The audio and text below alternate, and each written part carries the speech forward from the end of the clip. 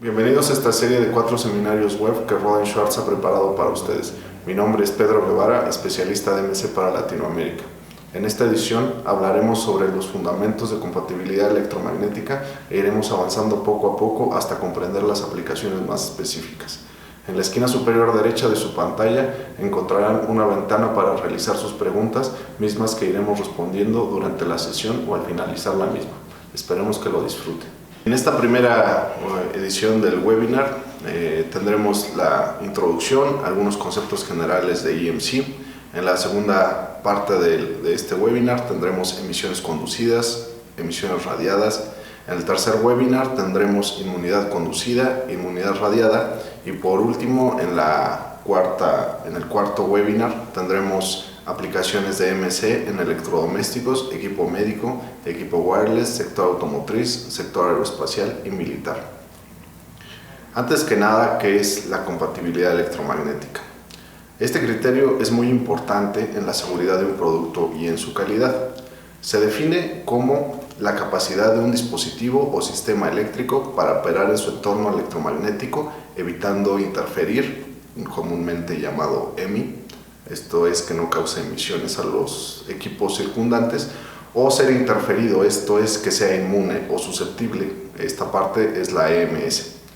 En la imagen podemos ver un helicóptero haciéndole pruebas de emisiones en una cámara anecoica. Referente a los problemas de compatibilidad electromagnética, se ocurren miles, si no es que cientos de miles a nivel mundial. Algunos tienen que ver con equipos electrónicos como las puertitas para que pasen los gatos o las mascotas, que son interferidas y ya no pueden funcionar de manera correcta. Algunos electrodomésticos se han dado caso de que se activan con el simple hecho de estar conectados a la red. El ruido que está en la red activa sus componentes electrónicos y pueden causar accidentes o incendios. Algunos problemas ya detectados con llaves automotrices, donde las llaves, al ser interferidas electromagnéticamente, no pueden operar de forma correcta y pues no pueden abrir el coche.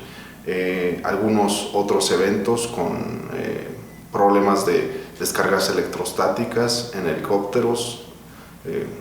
En algunas ocasiones se han encontrado que los hornos de microondas son radiadores intencionados, ya que se supone que deben radiar para calentar alimentos. Entonces este electrodoméstico en particular encontraron algunas agencias de seguridad automotriz que causaban interferencia en los dispositivos de seguridad de los coches.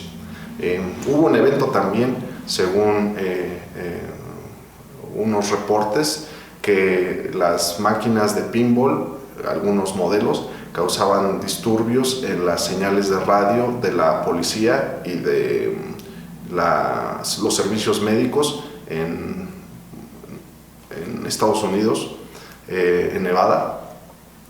Algunos problemas también con compatibilidad electromagnética entre impresoras y algunas máquinas de CNC.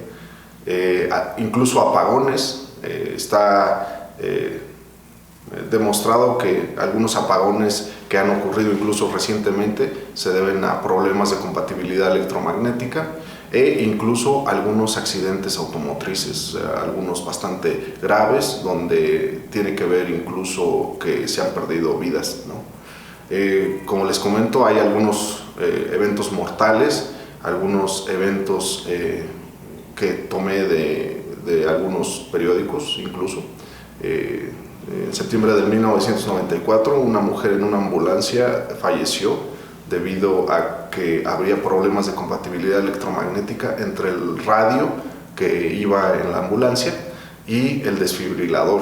Entonces, pues pueden ver que no solo hay eventos de compatibilidad electromagnética relativamente inocuos, sino también hay algunos que ya de cierta importancia para la vida humana. Hay algunas pruebas de compatibilidad electromagnética que se le hacen a los aviones.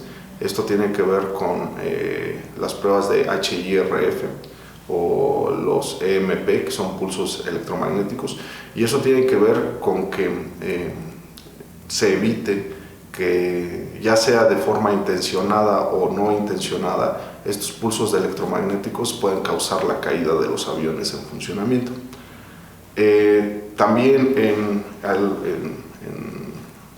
algunos hospitales ha sucedido que los transmisores de TV, sabemos que los transmisores de televisión son unos grandes amplificadores de algunos kilowatts de potencia, lo cual puede ocasionar interferencia con algunos equipos médicos. Esto es importantísimo para que los equipamientos médicos funcionen de manera correcta y pues nos puedan suceder algunos accidentes, incluso causando la pérdida de vidas humanas.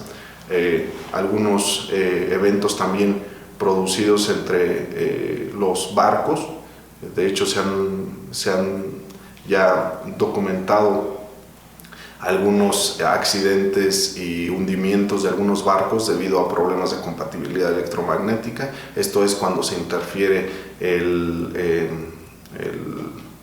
los dispositivos automáticos para navegación y los GPS.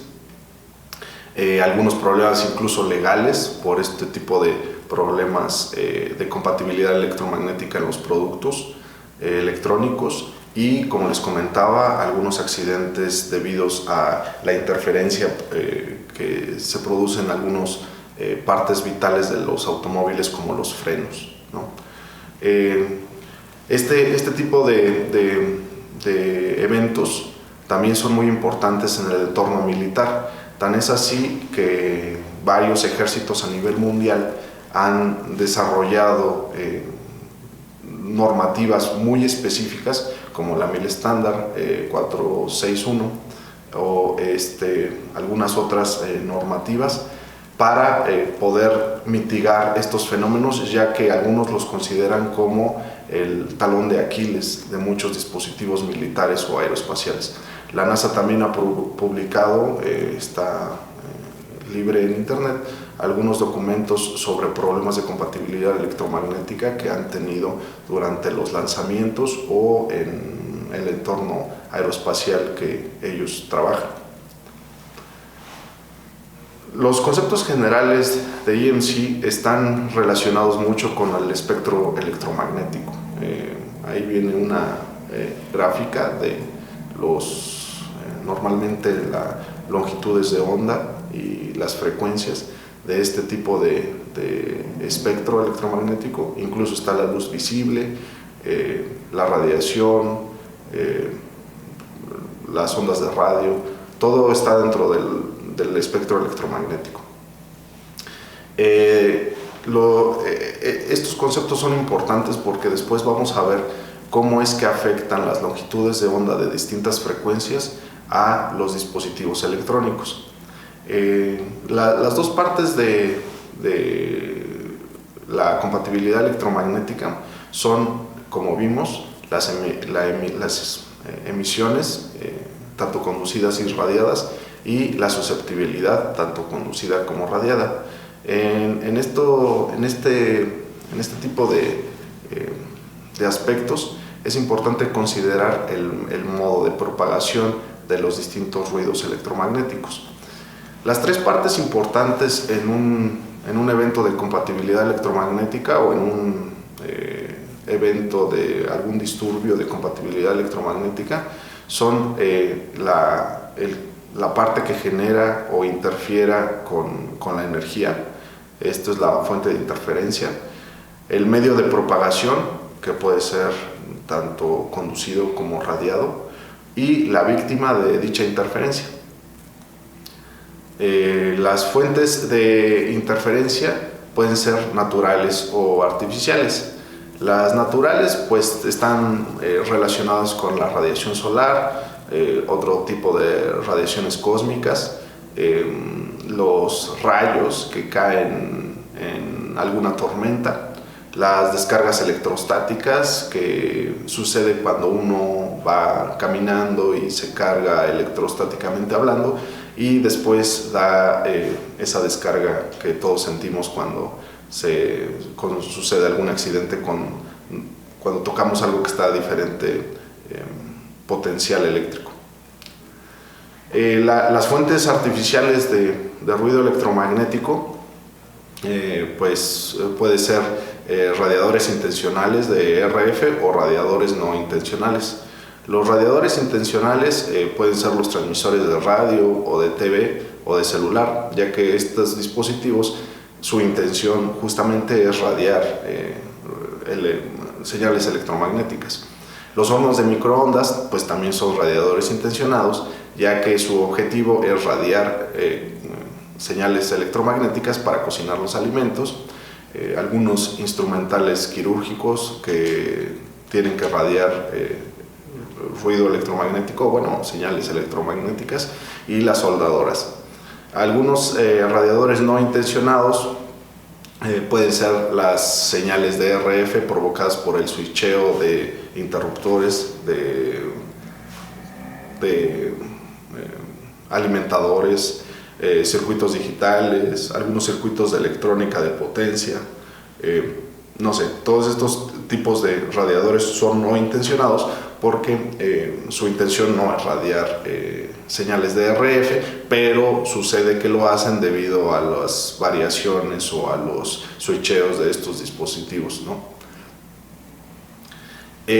Los medios de propagación pueden ser tanto radiados como conducidos. Los radiados pueden ser por radiación magnética o por radiación eléctrica. Recordemos que el espectro es justamente electromagnético, entonces se dan tanto radiación de campo magnético como radiación de campo eléctrico. Y la parte de conducida se puede hacer a través de disturbios en el voltaje de alimentación, en las líneas de comunicación o de datos, o en la parte de incluso algunas baterías, no sé, cualquier cosa que vaya conducida a través de un cable dentro de los dispositivos que vayamos a probar, puede ser otro método de propagación de este tipo de ruidos. Estos serían los ruidos conducidos. Normalmente, ¿cómo son las estructuras de las normas o los estándares de compatibilidad electromagnética? Recordemos que estas normas están dadas incluso en algunas leyes que operan en determinados países. Cada país cuenta con ciertas leyes o ciertas normas que hacen obligatorio el cumplimiento de la normativa referente a EMC, a compatibilidad electromagnética. Estos pueden ser estándares básicos. Estos están dados en la CISPER 16. Normalmente la CISPER 16 tiene que ver con el tipo de equipos que vamos a usar para este tipo de pruebas. Está dado también el tipo de antenas que vamos a usar, el tipo de laboratorio que vamos a usar. Todo esto está en los estándares básicos. Hay estándares genéricos después, donde viene qué tipo de prueba vamos a hacer, si va a ser una prueba de inmunidad radiada genérica, o va a ser una inmunidad conducida, o va a ser una prueba de descargas electrostáticas, o no sé, todo esto están dados en estándares genéricos, así llamados. Y los estándares de producto, estos son, digamos, los que van a definir qué tipo de normas se van a usar, tanto genéricas como básicas, dependiendo el tipo de producto que vamos a probar. Esto es, si por ejemplo vamos a probar un equipo médico, existe un estándar de producto para, dependiendo el tipo de equipo médico que vamos a probar, y este estándar a su vez hace referencia a un estándar genérico que vamos a usar y está basado en un estándar básico también. Entonces, lo primero que tenemos que saber es qué producto es el que le vamos a hacer una prueba de compatibilidad electromagnética, para buscar si hay una normativa especial para ese producto, y de ahí va a ser ese estándar o esa norma una referencia a demás estándares genéricos y básicos. Esa sería más o menos la estructura de cómo buscar qué tipo de norma aplica el producto que tenemos en cuestión. Dentro de la compatibilidad electromagnética también hay dos formas de hacer, digamos, obligatorio este tipo de normas. Una es debido a las leyes que saque un estado o un país para hacerlas obligatorias. Dependiendo del país hay cierto tipo de normas de compatibilidad electromagnética que cambian dependiendo del entorno electromagnético del país en cuestión. Y también hay algunas veces que el cliente pide que que el producto que van a comprar tenga ciertas normas de compatibilidad electromagnética. Esto se hace aunque algún estado no lo haga obligatorio, el cliente sí puede hacerlo. Es decir, esto es muy común en las compañías automotrices. Las compañías automotrices, las armadoras, piden que sus clientes cumplan con ciertos estándares de compatibilidad electromagnética para de esta manera asegurarse que el producto final va a tener una calidad y que va a funcionar bajo ciertos estándares de calidad, como lo vimos al inicio. Estos son algunos de de la estructura normativa, dependiendo qué países sean. Esto es un ejemplo de cómo funciona la estructura de generación de normas a nivel mundial. Cada país tiene sus propias normativas o sus propios entes reguladores que van a generar este tipo de normativas localmente, y están a su vez basadas en normas internacionales que se generan en los comités de normalización, como el CISPER o la IEC u otros, o ISO también. Como pueden ver en la siguiente tabla, está desarrollada las normas de compatibilidad electromagnética conforme a los conceptos que vimos anteriormente, como lo son emisiones e inmunidad. También la parte de RF conducida y radiada, y la parte que se aplica a las líneas de alimentación. En la parte de susceptibilidad vienen la parte referente a los transitorios, y tanto RF radiada como conducida. También viene algunos conceptos de pruebas en campo magnético y calidad de la energía, que también algunas veces se relaciona con problemas de compatibilidad electromagnética. La parte de la RF conducida puede ser tanto de inmunidad como de emisiones. La parte radiada también, ambas. Cada una está relacionada con una norma en particular, dependiendo también del producto o la norma de producto, como vimos anteriormente. Y pues bueno, la parte de los transitorios y calidad de energía y demás, que también vamos a tocar de manera general en los siguientes webinars. El comité de estandarización para cuestiones de compatibilidad electromagnética, uno de estos comités es el CISPER. Está dividido en distintos departamentos, cada uno de ellos referente a algún tema en particular, como puede ser los equipos de medición utilizados. En este comité se definen los equipos, tanto antenas, receptores EMI, cámaras anecoicas, incluso todos los elementos e instrumentos que van a ser usados durante las pruebas de compatibilidad electromagnética. Algunos también están divididos por la cuestión de la aplicación final, como pueden ser los Industrial, Scientific and Medical, que es normalmente llamado CCM. También viene la parte de automotriz, la parte de electrodomésticos, la parte donde vienen algunos límites para la protección de servicios de radio, de telecomunicaciones, y también para la parte de equipos multimedia. Todas estas normas, la normativa CISPR realiza algunas normas de producto. Estas normas son internacionales y dependiendo del país pueden ser obligatorias o no.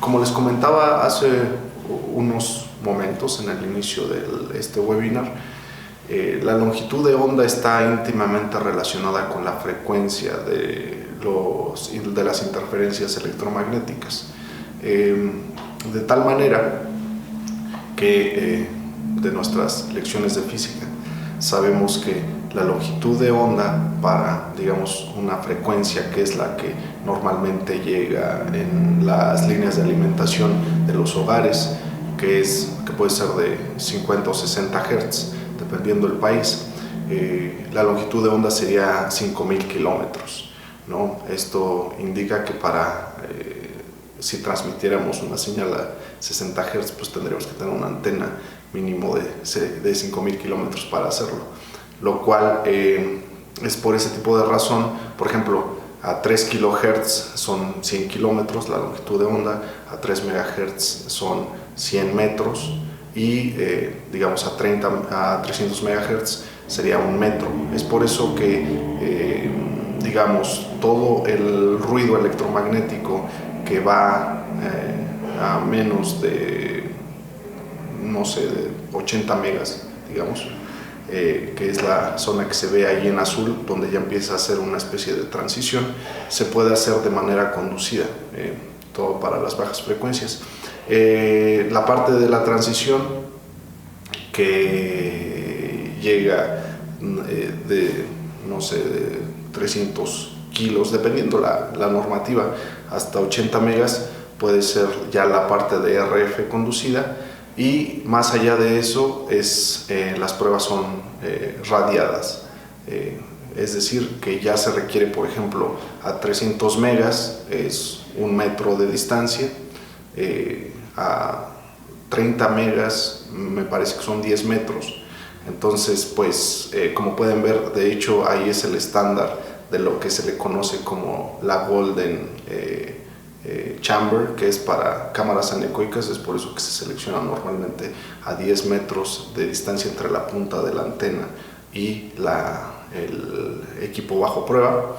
Y más allá de esa frecuencia, las distancias empiezan a ser más pequeñas, de tal manera que a 3 gigas son 10 centímetros de longitud de onda, o a 30 gigas es 1 centímetro. Entonces, digamos que ese tipo de interferencias ya son acoplables más fácilmente de manera radiada. Es por eso que las pruebas ahí se hacen de manera radiada, y no así las frecuencias de más baja frecuencia se hacen de manera conducida. También es importante tener en cuenta, cuando se van a hacer pruebas de compatibilidad electromagnética, qué tipo de aparato o dispositivo vamos a realizarle dicha prueba. Se tiene que considerar tanto la parte de la carcasa del aparato, si es metálica, si no es metálica, los puertos de alimentación. Esta puede ser de tipo AC o alterna, corriente alterna, puede ser también corriente directa o puertos para baterías. Puede tener señales de aterrizaje de tierra, puede tener puertos para antena, para puertos de señales de control y de datos o de telecomunicaciones. En todos estos dispositivos, bueno, más bien en todos estos terminales o puertos, se les tiene que aplicar las distintas pruebas que en el entorno electromagnético de dicho componente se ha visto que pueden ser afectadas. Es por eso que después pueden irlo checando también, las normas de compatibilidad electromagnética siempre son un ente vivo que va siendo cambiado en dichos comités para encontrar, digamos, la mejor simulación del entorno electromagnético de dicho aparato. Entonces, con esto cerramos la parte de los conceptos generales. Posteriormente, en el siguiente webinar veremos emisiones conducidas y emisiones radiadas, y ahora voy a dar respuesta a algunas preguntas que se han formulado. Vamos a ver aquí. Aquí dice, ¿por qué es importante hacer pruebas de compatibilidad electromagnética? Bueno, es importante debido a que por la estructura de las pruebas de compatibilidad electromagnética, como vimos, son tanto emisiones como inmunidad. A este respecto, las pruebas de emisiones normalmente es importante, o para los gobiernos es importante realizar este tipo de pruebas debido a que esta prueba les permite limpiar su espectro electromagnético. Es decir, si tú aseguras y haces pruebas de emisiones, vas a facilitar que el espectro esté libre de interferencias, es decir, todas las bandas de frecuencia, a lo mejor para la policía, para los servicios médicos, las bandas militares o cualquier tipo de banda que ya tenga identificada el estado para que sea de vital importancia. Con este tipo de pruebas de emisiones te aseguras de que ningún dispositivo que entre a tu territorio y que cumpla con estas pruebas de emisiones va a interferir a el espectro que ya tiene definido el gobierno como de vital importancia, como pueden ser las comunicaciones de la policía o de los hospitales o del ejército o algunas bandas de comunicación satelital, ¿no? Cualquier tipo de banda que el gobierno considere o cualquier estado considere de vital importancia. La otra parte, que es referente a las pruebas de inmunidad, tiene que ver un poco más con la calidad del dispositivo que va a uno adquirir. Por ejemplo, si se le hace pruebas de inmunidad a una televisión, vamos a asegurarnos de que la televisión en su conjunto opere de manera confiable y que no se vea interrumpida o que falle incluso debido a cualquier disturbio electromagnético que se pueda dar. Eso básicamente sería como la importancia de realizar este tipo de pruebas de compatibilidad electromagnética. Otra pregunta que nos hacen es ¿cuál es la manera más sencilla de comenzar a hacer pruebas de compatibilidad electromagnética? Este tipo de pruebas se pueden hacer de manera gradual. Digo, depende mucho del ente que va a realizar la prueba, pero algunas veces, por ejemplo, conviene empezar con pruebas de emisiones conducidas, ya que en la práctica son las que más, digamos, las que más afectan. Si uno pasa satisfactoriamente las pruebas de emisiones conducidas, ya lleva uno mucho gane, ¿no? Entonces, para hacer pruebas de emisiones conducidas normalmente requieres un receptor EMI y alguna LISEN o alguna sonda de corriente o cualquier transductor que sea necesario para hacer este tipo de pruebas, y es relativamente no costoso. Es decir, no requieres, por ejemplo, la cámara anecoica o no requieres sistema de amplificadores todavía, ¿no? Entonces, pues sí, prácticamente puede uno empezar con un receptor EMI y algunas LISENs y empezar a hacer pruebas de emisiones conducidas. Otra pregunta, ¿por qué los rangos de frecuencia cambian dependiendo del producto? Si entiendo bien, pues la pregunta es que pues depende de en qué se va a usar ese producto. Es decir, por ejemplo, si el producto se va a usar en un entorno militar, digamos, el entorno militar tiene ciertas gamas de frecuencias en las que se va a usar dicho producto, que es necesario que opere bien dentro de esas bandas. Entonces se tiene que hacer las pruebas simulando ese entorno electromagnético. Todo aquel producto va a trabajar dentro de como lo vimos en el inicio, va a trabajar dentro de un entorno electromagnético dado, y ese entorno electromagnético pues está compuesto de ciertas bandas de frecuencia y también de ciertas intensidades.